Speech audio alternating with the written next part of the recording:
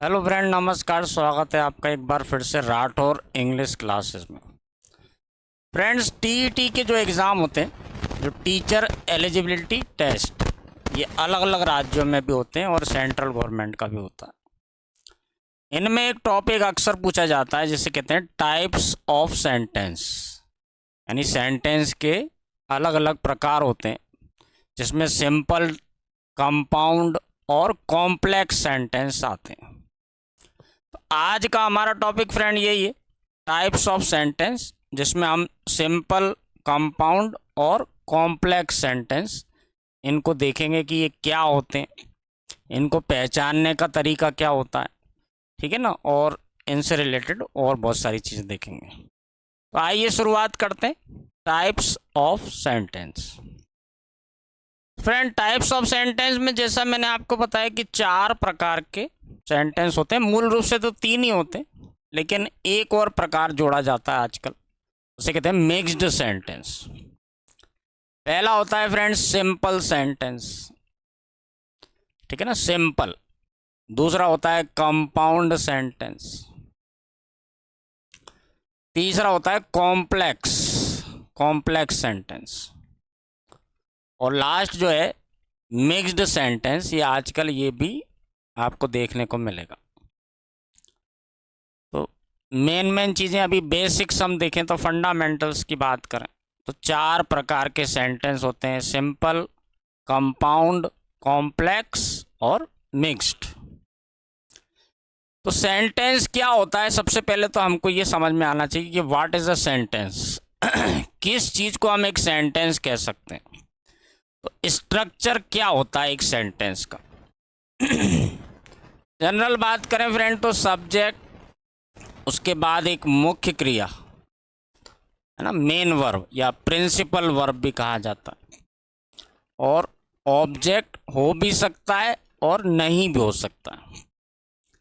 तो कम से कम एक सब्जेक्ट जो क्रिया करने वाला होता है उसे कहते हैं सब्जेक्ट, और जो क्रिया होती है ना, मुख्य क्रिया जो होती है, मेन वर्ब या प्रिंसिपल वर्ब, कम से कम इतना भी है तो एक सेंटेंस कहा जाएगा उस चीज़ को जिसका एक सेंसिबल अर्थ निकलता हो।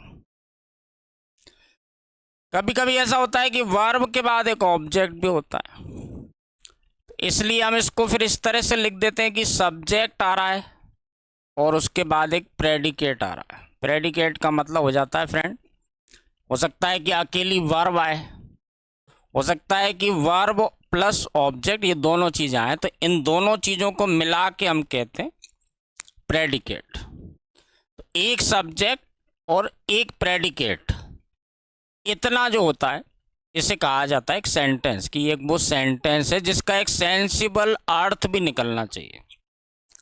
ऐसा नहीं होना चाहिए कि उसका अर्थ कुछ भी उल्टा सीधा निकल रहा है। तो आइए देखते हैं इसके कुछ उदाहरण। जैसे कि ये टेबल में आप देख सकते हैं कि एक साइड मैंने सब्जेक्ट को लिखा है और दूसरी साइड लिखा है प्रेडिकेट को। जैसे मैंने कहा कि प्रेडिकेट इसलिए कहा जाता है कि इसमें अकेली एक वर्ब हो सकती है, या ऐसा भी हो सकता है कि वर्ब के साथ ऑब्जेक्ट भी जुड़ा हुआ हो। उदाहरण देखिए फ्रेंड, जैसे चिल्ड्रन, ये सब्जेक्ट हो गया, जो क्रिया करेगा उसे कहते हैं सब्जेक्ट। आर गोइंग, ये वर्ब हो गई, और टू स्कूल, ये ऑब्जेक्ट। सब्जेक्ट आ रहा है, उसके बाद वर्ब आ रही है, मुख्य क्रिया, और प्लस ऑब्जेक्ट आ रहा है। Children are going to school, बच्चे स्कूल जा रहे हैं, तो एक सेंसिबल अर्थ भी निकल रहा है। कभी कभी सब्जेक्ट बड़ा भी हो सकता है, यानी उसमें 2, 3, 4 या इससे ज़्यादा भी शब्द हो सकते हैं।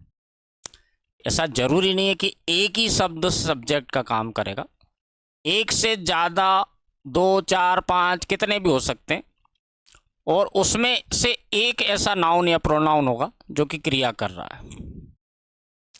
जैसे आप देखें, द पुअर ओल्ड मैन, गरीब बूढ़ा आदमी, तो ये दोनों एडजेक्टिव हैं जो इस नाउन के लिए काम कर रहे हैं।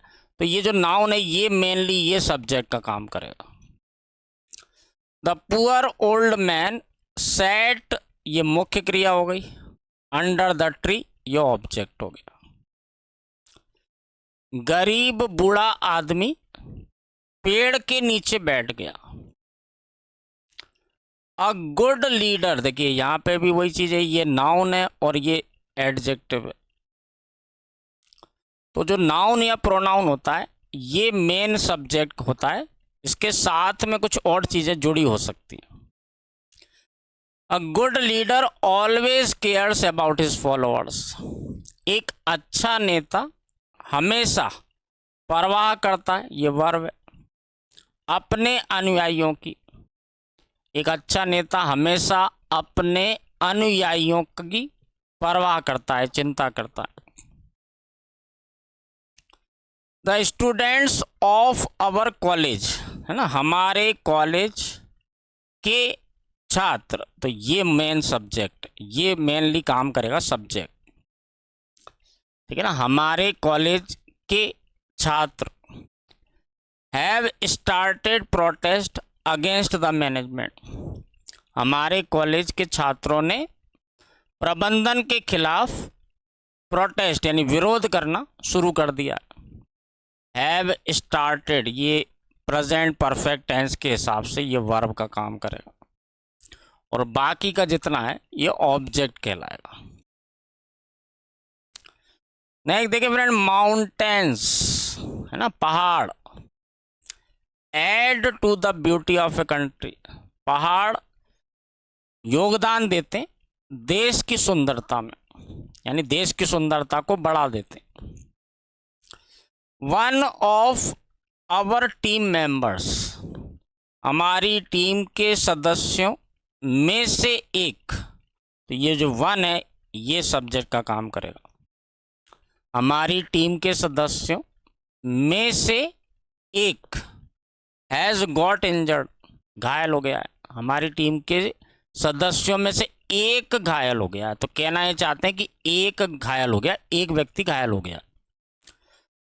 तो जैसे मैंने आपको बताया फ्रेंड कि सब्जेक्ट जो है वो एक अकेला शब्द हो सकता है, शब्दों का जो है एक समूह भी हो सकता है, यानी एक से ज़्यादा शब्द हो सकते हैं।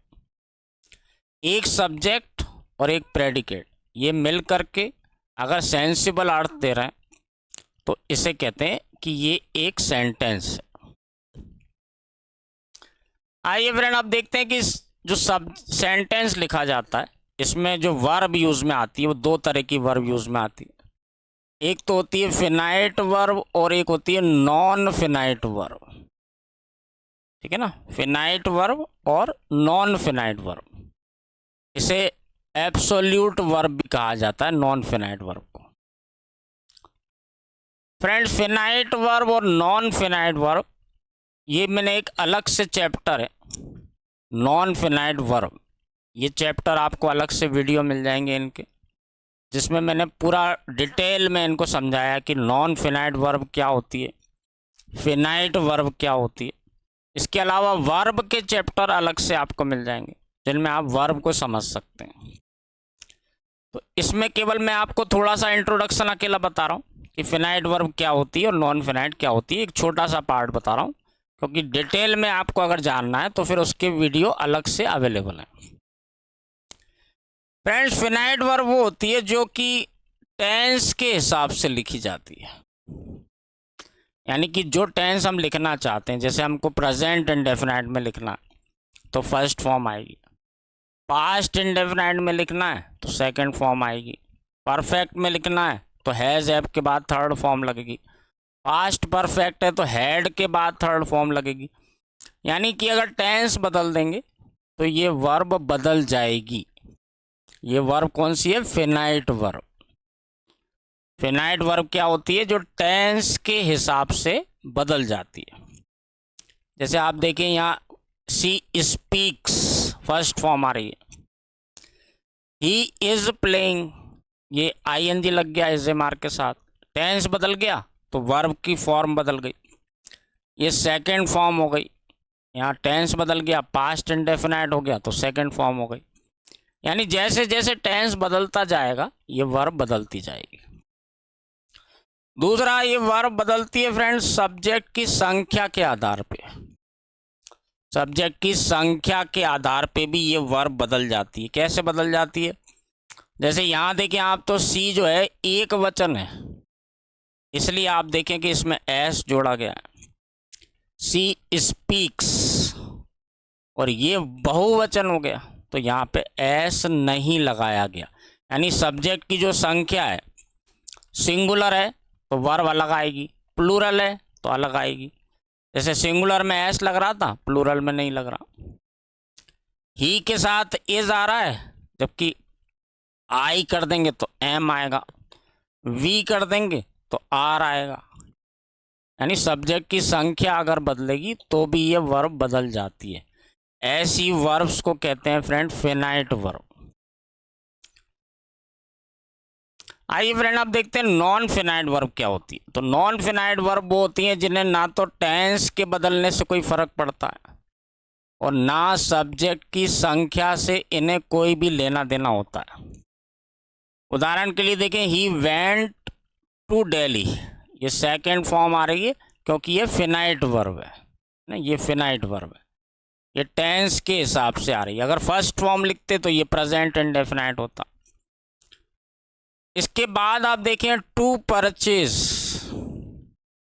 ही went to Delhi to purchase goods, वह दिल्ली गया सामान खरीदने के लिए, वह दिल्ली गया था सामान खरीदने के लिए। अगर हम यहाँ पे कहें कि वह दिल्ली जा रहा है सामान खरीदने के लिए, he is going to Delhi to purchase goods, यानी कि आप टेंस बदलेंगे तो फ्रेंड ये वाली वर्ब बदल जाएगी। अगर सब्जेक्ट की संख्या बदलेंगे तो भी ये वर्ब बदल जाएगी। जैसे अगर ही इज गोइंग आएगा, अगर वी कर देंगे तो वी आर गोइंग आएगा। लेकिन ये जो वर्ब है ये कभी भी नहीं बदलेगी, चाहे आप टेंस बदल लेंगे चाहे आप सब्जेक्ट की संख्या बदल लें, इस वर्ब को कोई फर्क नहीं पड़ेगा। इसे कहते हैं नॉन फिनाइट वर्ब। एक और उदाहरण देखें फ्रेंड, इसी में जो है ही की जगह मैंने आई कर दिया, तो देखिए ये जो वर्ब है इसको कोई फर्क नहीं पड़ा, ये टू परचेज है, टू परचेज ही रहेगी। जैसा कि मैंने आपको बताया फ्रेंड, फिनाइट और नॉन फिनाइट वर्ब ये अलग से इसके वीडियो अवेलेबल हैं, आप उनमें जाके देख सकते हैं। वर्ब के सारे वीडियो अवेलेबल हैं। टू बी वर्ब क्या होती है, टू हैव वर्ब क्या होती है, टू डू वर्ब क्या होती है, ये सारी चीज़ें वर्ब के चैप्टर में आपको मिल जाएंगी। इसलिए फिलहाल हम इसको ज़्यादा डिटेल में नहीं करेंगे। आइए आगे देखते हैं कि सिंपल सेंटेंस क्या होता है, क्योंकि मेन जो हमको पढ़ना है वो सेंटेंस के प्रकार क्या होते हैं। अभी हमने ये देखा कि सेंटेंस क्या होता है, किस चीज़ को हम सेंटेंस कहते हैं। अब हमको देखना है सेंटेंस कितने प्रकार के होते हैं। तो पहला जो है वो है simple sentence. Simple sentence friend वो होता है जिसमें एक सब्जेक्ट आता है और एक प्रेडिकेट आता है। ऐसा कोई भी सेंटेंस जिसमें केवल एक सब्जेक्ट होता है और एक प्रेडिकेट होता है, इसे कहते हैं सिंपल सेंटेंस। दूसरे तरह से कह सकते हैं कि एक फिनाइट वर्ब आती है जिसमें केवल, वो सिंपल सेंटेंस होता है। फ्रेंड सिंपल सेंटेंस का सीधा सा अर्थ है जो बहुत सिंपल है, जिसमें केवल एक सब्जेक्ट आ रहा है और एक वर्ब आ रही है। उदाहरण देख सकते हैं आपकी एन ऑनेस्ट ऑफिसर है ना, ये सब्जेक्ट हो गया। एक ईमानदार अधिकारी, ये subject. Is respected by all, ये एक वर्ब हो गई। एक सब्जेक्ट और एक वर्ब, ये सिंपल सेंटेंस। राजू ये सब्जेक्ट हो गया, लाइक्स ये वर्ब हो गई और ये object. Raju likes ice cream. The sun rises in the east, सूरज पूरब से उगता है। लॉयंस ईट फ्लैश, है ना, शेर मांस खाते हैं। एक सब्जेक्ट है, एक वर्ब है, और ऑब्जेक्ट भी हो सकता है। प्रेडिकेट इसलिए कहते हैं कि वर्ब के साथ ऑब्जेक्ट हो सकता है और नहीं भी हो सकता है। People live peacefully in India, लोग भारत में शांति पूर्वक रहते हैं। ही ये सब्जेक्ट है, लाफ्स ये वर्ब है। देखिए वर्ब आ रही है, ऑब्जेक्ट यहाँ पे नहीं आ रहा, तो ये भी संभव है कि ऑब्जेक्ट ना आए, केवल सब्जेक्ट और एक मुख्य क्रिया, इतना भी है तो ये एक सब्जेक्ट, एक सेंटेंस कहलाएगा। इसे सिंपल सेंटेंस कहेंगे और इसका सेंसिबल एक अर्थ निकलना चाहिए। जैसे इसका मतलब है कि वह हंसता है, सही अर्थ निकल रहा है। सी वर्क्स वह काम करती है। दे टॉक वे बातें करते हैं। ठीक है ना, तो दो शब्दों से सेंटेंस जो है वो सबसे छोटे से छोटा बनाए तो दो शब्द, कभी कभी तो एक शब्द भी हो सकता है सेंटेंस। जो इम्परेटिव सेंटेंस रहते हैं फ्रेंड, उनमें ऐसा होता है कि वो एक शब्द भी सेंटेंस का काम करता है। आइए फ्रेंड नेक्स्ट देखते हैं कंपाउंड सेंटेंस क्या होते हैं।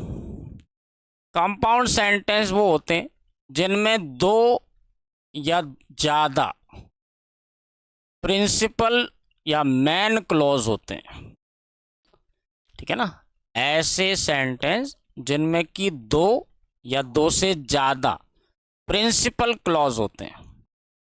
अब प्रिंसिपल क्लॉज और सबऑर्डिनेट क्लॉज और कोऑर्डिनेट क्लॉज, ये क्लॉज क्या होता है? तो ये फ्रेंड क्लॉज का एक अलग से वीडियो बना हुआ है, आप उसमें जाके देख सकते हैं कि क्लॉज क्या होते हैं।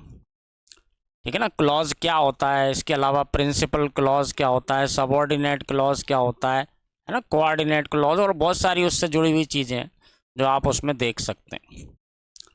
तो प्रिंसिपल क्लॉज वो होते हैं जिनमें एक प्रिंसिपल वर्ब होती है, जिनका एक इंडिविजुअल, एक अलग से अर्थ निकलता है, यानी वो उस अपने अर्थ के लिए किसी दूसरे क्लॉज पर निर्भर नहीं रहता, इंडिपेंडेंटली वो अर्थ दे सकता है। ऐसे सेंटेंस को कहते हैं क्लॉज, क्योंकि वो एक पार्ट होता है एक सेंटेंस का, और उसे कहते हैं प्रिंसिपल क्लॉज।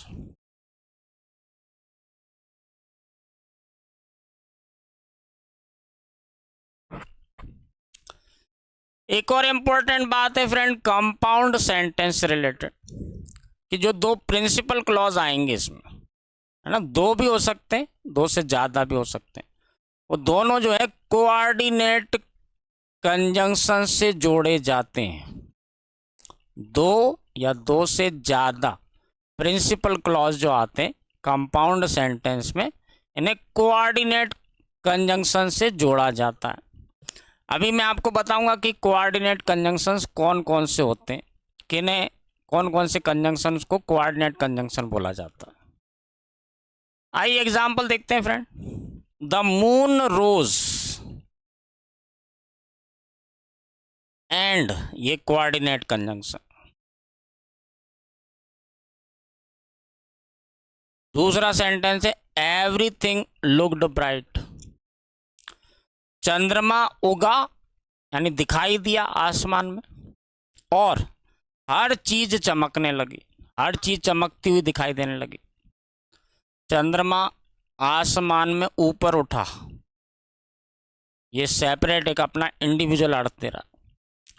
हर चीज चमकीली दिखाई देने लगी, ये दोनों ही प्रिंसिपल क्लॉज हैं जिन्हें एक कोऑर्डिनेट कंजंक्शन से जोड़ा गया है, इसलिए इसे कहेंगे कंपाउंड सेंटेंस। तो फ्रेंड जैसे मैंने आपको बोला कि ऐसे सेंटेंस जिसमें दो प्रिंसिपल क्लॉज होते हैं, दो से ज़्यादा भी हो सकते हैं, इन दोनों या दो से ज़्यादा प्रिंसिपल क्लॉज को कोऑर्डिनेट कंजंक्शन से जोड़ा जाता है, तो फिर कहते हैं कंपाउंड सेंटेंस। तो हमें ये जानना जरूरी कि कौन कौन से कंजंक्शंस कोऑर्डिनेट कंजंक्शंस होते हैं। तो आप ध्यान से तसल्ली से समझ भी लीजिए, हो सके तो नोट कर लीजिए कि कोऑर्डिनेट कंजंक्शन कौन कौन से होते हैं। सबसे ज़्यादा जो यूज़ में आता है फ्रेंड एंड, एंड के जैसे ही होता है एज वेल एज, दोनों का अर्थ होता है और एज वेल एज का अर्थ जो है और भी, ऐसा भी निकलता है। इसके अलावा देखिए बट, किंतु, परंतु, है ना। फॉर मतलब होता है क्योंकि, चूंकि। नेवरदलेस मतलब होता है तथापि, तो भी।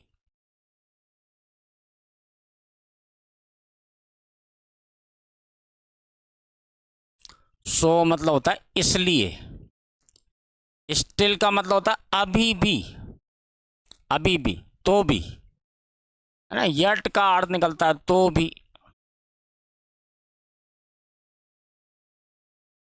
वेरियास मतलब होता है जबकि।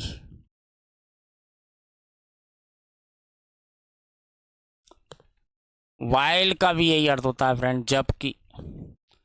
इसके बाद ये कॉम्बिनेशन वाले हैं, जैसे बोथ यानी होता है दोनों, और इसके बाद कंजंक्शन के रूप में एंड जोड़ा जाता है, जैसे both he is playing, both.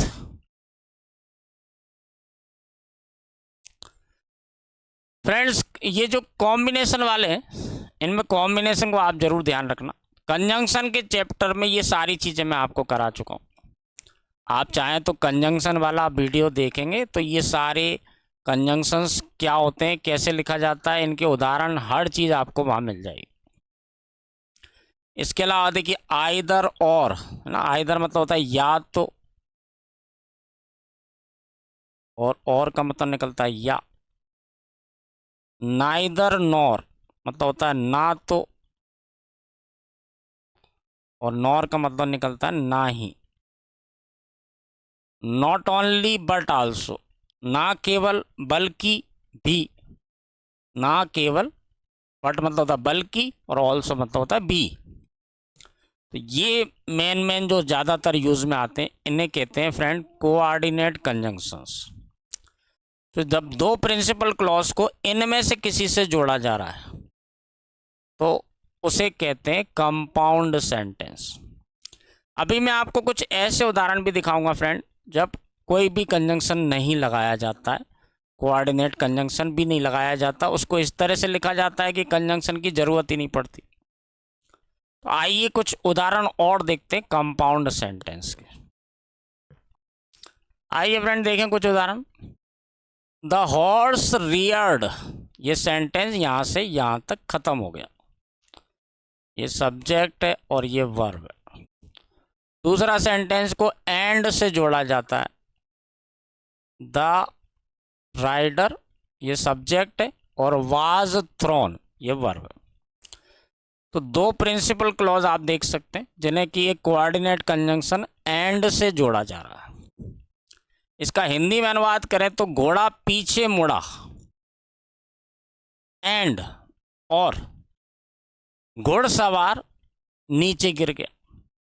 घोड़ा पीछे मुड़ा, घुड़सवार नीचे गिर गया। They were fond of music played on various kinds of instruments, ये सेंटेंस यहां से लेकर के यहां तक है।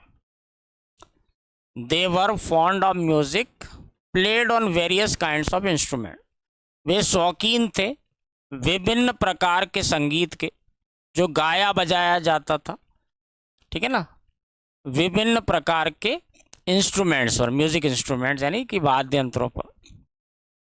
And indulged in much singing, और वो डूबे हुए थे बहुत सारे गाने बजाने में। कई बार फ्रेंड सब्जेक्ट जो होता है, जैसे यहाँ लिखा है दे वर, तो ये दूसरा जो सेंटेंस है इसका सब्जेक्ट भी यही है। तो फिर हम सब्जेक्ट को रिपीट नहीं करते हैं, रिपीट करने की ज़रूरत नहीं होती है। एक्चुअल में ये दे वर जो है वो यहाँ पे भी सब्जेक्ट है। They were indulged in much singing, they were fond of music, they were indulged in much singing. तो क्योंकि एक ही है, बिल्कुल एक जैसा है, तो दोबारा से हम उसको हटा सकते हैं, लिखने की जरूरत नहीं रहती।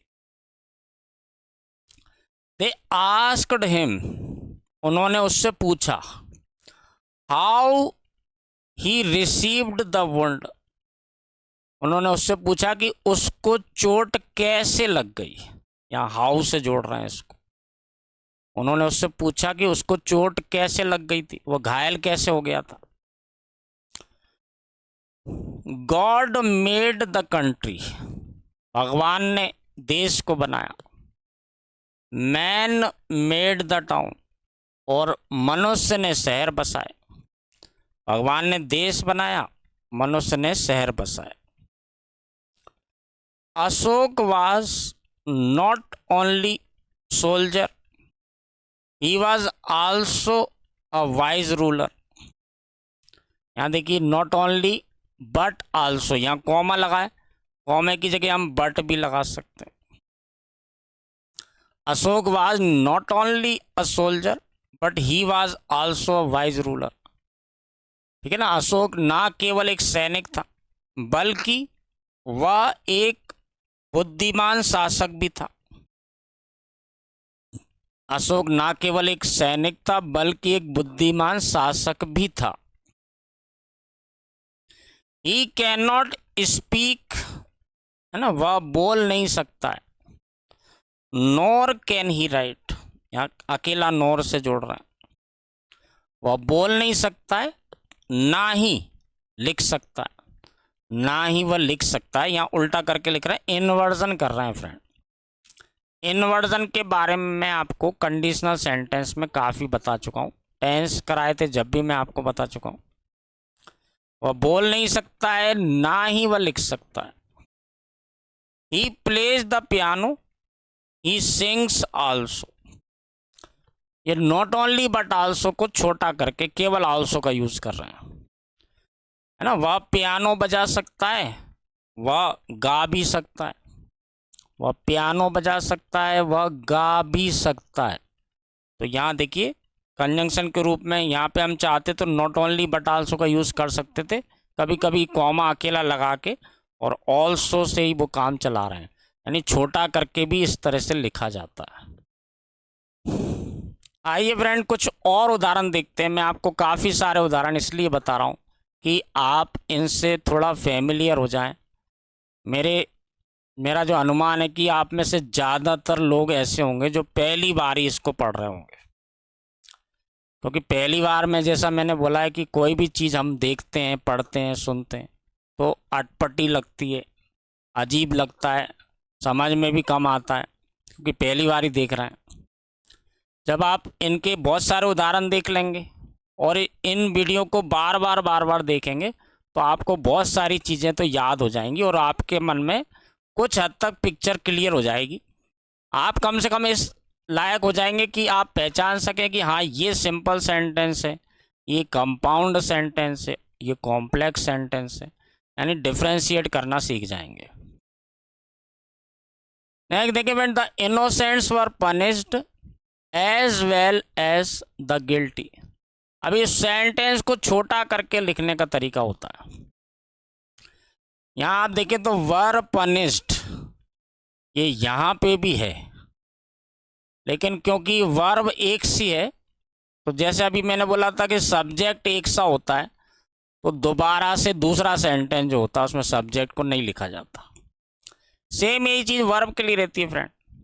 यहाँ वर्ब जो आ रही है वही वर्ब यहाँ आ रही है, तो हम दोबारा से इसको नहीं भी लिखे तो चल जाता है।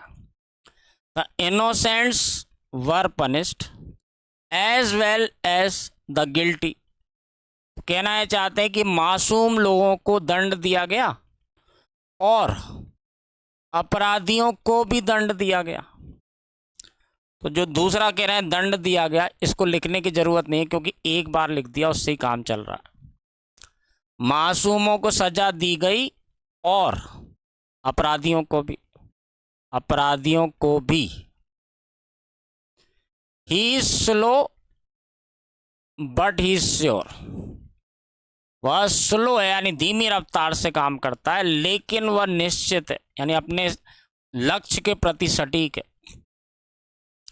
I did my best nevertheless I failed. मैंने अपना सबसे अच्छा प्रयास किया तो भी मैं असफल हो गया। ये nevertheless, but, as well as, ये अभी मैंने आपको बताया था, ये कोऑर्डिनेट कंजंक्शंस होते हैं friend. He is rich yet he is not happy, वह धनवान है तो भी वह खुश नहीं है। He is when still his friends adore him, वह व्यर्थ है, बेकार आदमी है, यानी फालतू आदमी है, जिस कोई काम का नहीं होता, जिसको कहते हैं वेन, यूजलेस, वर्थलेस व्यक्ति। ही इज वेन, वह यूजलेस व्यक्ति है तो भी उसके फ्रेंड उसका सम्मान करते हैं, उसका आदर करते हैं।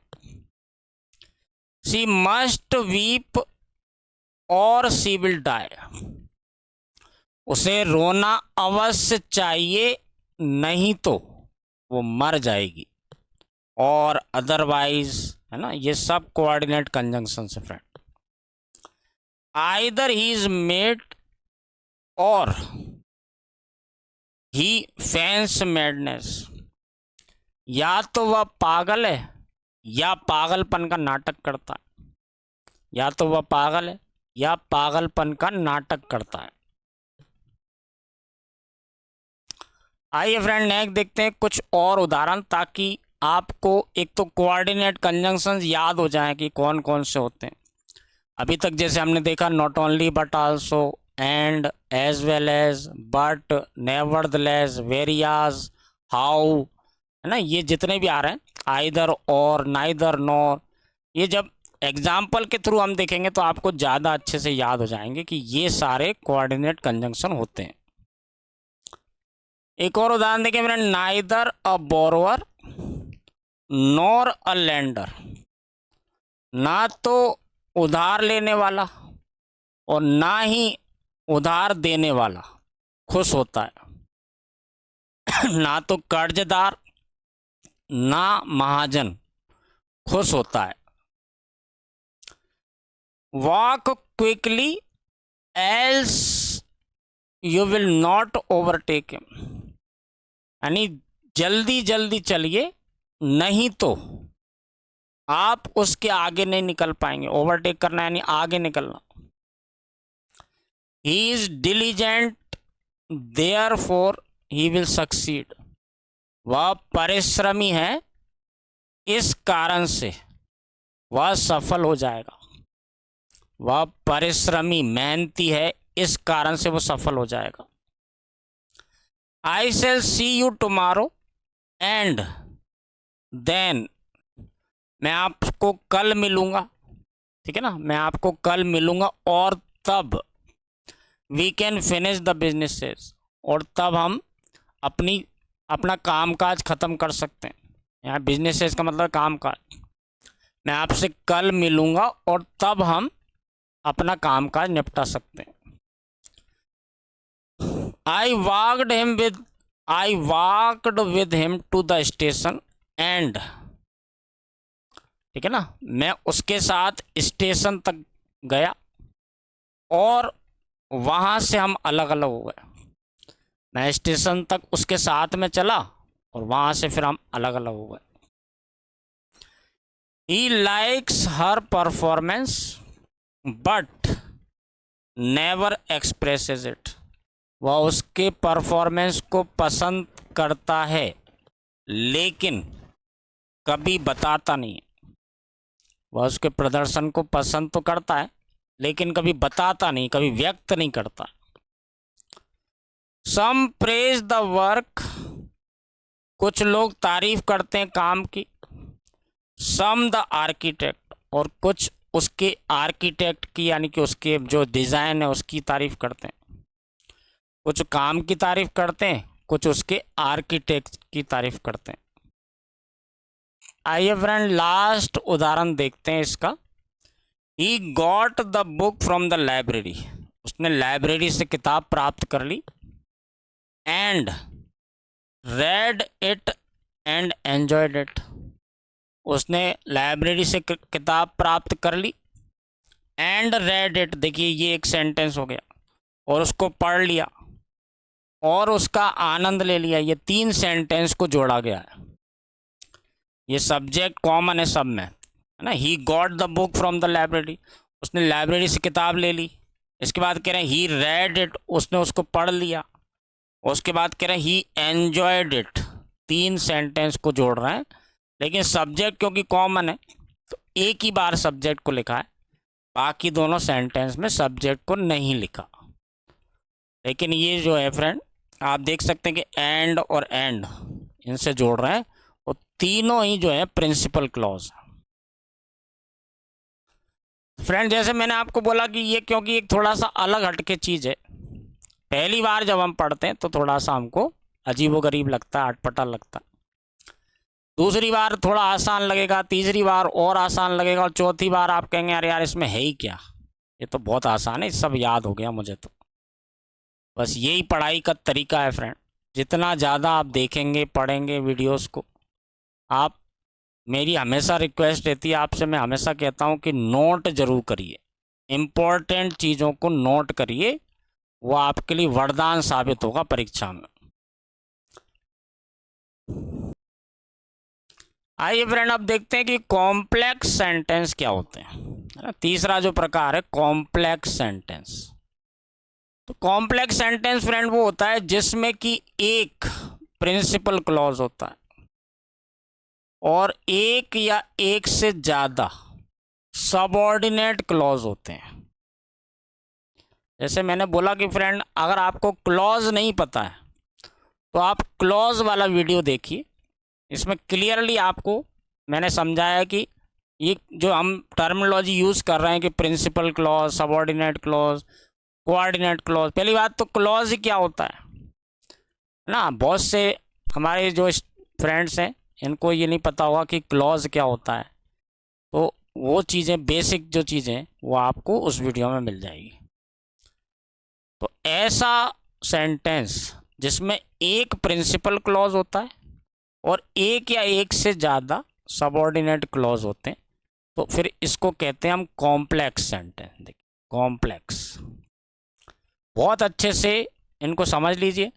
सिंपल सेंटेंस तो वो होता है जिसमें एक ही सब्जेक्ट होता है और एक ही वर्ब होती है, वो सिंपल है। जब एक सेंटेंस के अंदर ही 2 या 2 से ज़्यादा सेंटेंस होते हैं तो फिर वो 2 कैटेगरी में आ जाते हैं, एक कंपाउंड और एक होता है कॉम्प्लेक्स। कंपाउंड में क्या होता है कि 2 प्रिंसिपल क्लॉज होते हैं, दोनों ही प्रिंसिपल हैं, या 2 या 2 से ज़्यादा हो सकता है, 3 सेंटेंस हैं, तीनों ही प्रिंसिपल क्लॉज हैं और उन्हें कोऑर्डिनेट कंजंक्शन से जोड़ा जा रहा है, तो फिर उसे कहते हैं कंपाउंड। ठीक है ना, इन चीज़ों को आपको याद कर लीजिए, नोट कर लीजिए। कॉम्प्लेक्स सेंटेंस क्या होता है फ्रेंड, जिसमें केवल एक प्रिंसिपल क्लॉज होता है और 2, एक हो सकता है, 2 हो सकते हैं, है ना। एक तो प्रिंसिपल क्लॉज होगा और एक या एक से ज़्यादा सबऑर्डिनेट क्लॉज होंगे, यानी प्रिंसिपल क्लॉज एक ही होगा।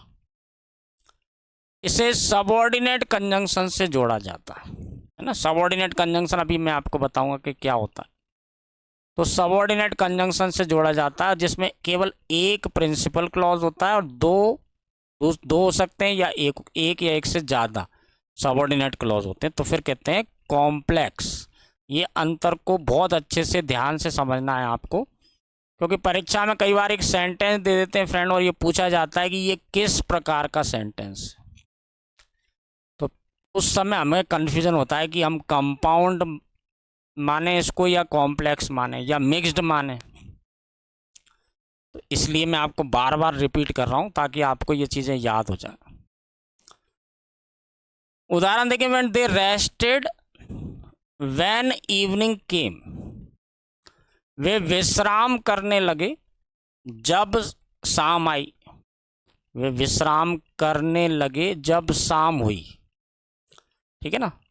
As we tried to enter the inn, है ना, जब हमने इन में, इन देखिए हिंदी में कहते हैं सराय, पुराने ज़माने में होटल नहीं हुआ करती थी तो यात्रियों के ठहरने के लिए सराय कहा जाता था उसको, जो आप अभी जैसे आप माने कि धर्मशाला वर्ड आपने ज़रूर सुना होगा। धर्मशाला और सराय फ्रेंड ऑलमोस्ट एक ही बात हो गई, और सराय का मतलब ये होता है जहाँ जैसे आजकल की लॉज होती है ना, आजकल ठहरने के लिए जो होटल लॉज होते हैं वो सराय मान लीजिए, वही सराय इन भी कहते हैं। तो जब हमने सराय में घुसने की कोशिश की, the innkeeper said that there was no room. जब हमने सराय में घुसने की कोशिश की तो इन कीपर यानी सराय का जो संरक्षक था, सराय का जो मैनेजर टाइप से जो होते हैं आजकल, इन कीपर ने कहा कि कोई कमरा नहीं है। यहाँ आप देख सकते हैं कि एक प्रिंसिपल क्लॉज है, ये वाला, ये प्रिंसिपल क्लॉज है, क्योंकि इसका अर्थ किसी पे निर्भर नहीं है। इन कीपर ने कहा। अब दो इसमें सबऑर्डिनेट क्लॉज हैं, एक तो सबऑर्डिनेट क्लॉज ये है और एक सबऑर्डिनेट क्लॉज ये। जब हमने सराय में घुसने की कोशिश की, जब मतलब कब, तो ये दूसरे सेंटेंस पे निर्भर है, ठीक है ना। इन कीपर ने कहा कि कोई कमरा नहीं था, कोई कमरा नहीं था, ये हम तभी समझ पाएंगे जब हम बाकी दो सेंटेंस को या प्रिंसिपल क्लॉज को समझ लेंगे। इसलिए इसे कहते हैं सबऑर्डिनेट क्लॉज, और सबऑर्डिनेट कंजंक्शन से जोड़ा जाता है।